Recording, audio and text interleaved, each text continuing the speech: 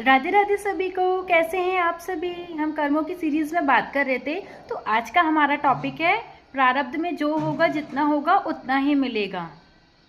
ठीक है, तो हम जब भी जो क्रियमाण कर्म करते हैं, जो पिछले जन्म में करते हैं और इस जन्म में करते हैं, ठीक है, सबसे पहले हम पिछले जन्मों की बात करते हैं। हम जो भी क्रियमाण कर्म को करते हैं वह फल बनकर प्रारब्ध के रूप में हमारे सामने आते हैं।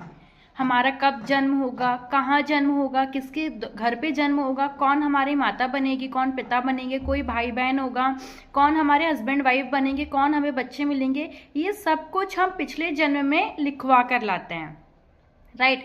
और जैसे ही हमारा प्रारब्ध पकने के लिए तैयार होता है, हम इस धरती पर आ जाते हैं। ठीक है, और जब हम इस धरती पर आते हैं तो हम एक एक अपने क्रियमाण कर्म को प्रारब्ध अनुसार भोगते हैं। ठीक है, और जब हम अपने कर्मों को भोगते हैं उसी अनुसार हमें इस चालू जीवन में फल मिलता है। इस बात को हम गहराई से समझते हैं। पिछले जन्म में जो भी हमने अच्छे या बुरे कर्म किए थे वो फल बनकर इस जन्म में हमें मिलता है। राइट।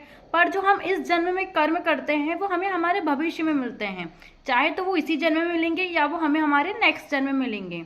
ठीक है, तो हम जो भी करते हैं, जैसे भी करते हैं, वो एक लिखित तौर से पूरा लिखा हुआ होता है। ठीक है, तो आई होप, मैं आशा करती हूँ आपको आज का मेरा टॉपिक समझ में आया होगा। तो इस बात को सिर्फ इतना गहराई से समझना कि हमारी क्रियमाण कर्म जब पककर तैयार हो जाता है तो वो प्रारब्ध अनुसार हमें मिलता है। हम इस धरती पर एक ऋण चुकाने के लिए आए हैं, चाहे वो हमारी मम्मी का हो, हमारे पापा का हो, भाई बहन का हो, वाइफ का हो, बच्चों का हो, इवन जिस टीचर ने हमें स्कूल में पढ़ाया है उनका है, कोई अजनबी मिले हैं उनका है, कोई दोस्त हमारे बने हैं उनका है। हम कब किससे कहाँ मिलते हैं, किस जगह पर मिलते हैं, ये सब कुछ पहले से तय होता है। बस हम इस जन्म में आते हैं, अपने कर्मों को करते हैं, अपने फल को भोगते हैं। जैसे ही हमारा वो ऋण चुक जाता है, हमारा क्रियमाण कर्म हमें फल बनकर हम भोग लेते हैं, वैसे ही हमें इस शरीर से मुक्ति मिल जाती है। तो राधे राधे सभी को। मैं आशा करती हूँ मेरा टॉपिक आप सभी को समझ में आया होगा।